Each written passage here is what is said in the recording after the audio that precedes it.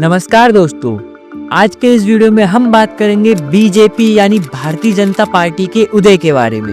दोस्तों, आज के समय में बीजेपी दुनिया की सबसे बड़ी पॉलिटिकल पार्टी है। यह जानकर आपके मन में यह सवाल तो आता ही होगा कि आखिर बीजेपी इतनी बड़ी पॉलिटिकल पार्टी कैसे बनी। तो चलिए शुरू करते हैं बीजेपी के इस रोचक सफर को।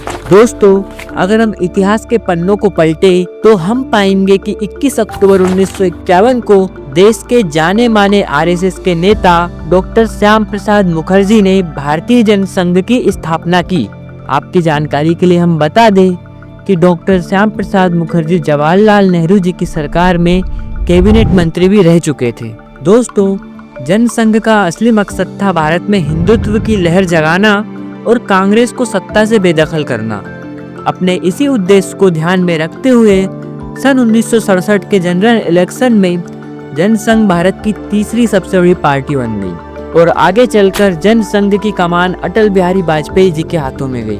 पर यह सिलसिला यहीं पर खत्म नहीं हुआ। ईयर 1975 में जब इंदिरा गांधी जी ने देश में आपातकाल लगाया, तब उसके बाद जनसंघ ने बाकी विपक्षी पार्टियों के साथ मिलकर जनता पार्टी बनाई और फिर सन 1977 के आम चुनावों में इसी जनता पार्टी ने केंद्र में सरकार बनाई और मोरारजी देसाई भारत के प्रधानमंत्री बने। लेकिन अलग अलग पार्टियों के मेलजोल से बनी जनता पार्टी में आपसी सामंजस्य न हो पाने के कारण ईयर 1979 में जनता पार्टी का एक हिस्सा टूटकर जनता पार्टी सेक्युलर बन गया, जिसकी नींव राज नारायण ने रखी थी। इसके बाद आरएसएस के सभी मेंबर्स ने मिलकर जनता पार्टी को छोड़ दिया और 6 अप्रैल 1980 में एक नई पार्टी बनाई, जिसका नाम रखा गया था बीजेपी यानी भारतीय जनता पार्टी, और अटल बिहारी वाजपेयी को पहला राष्ट्रीय अध्यक्ष बनाया गया।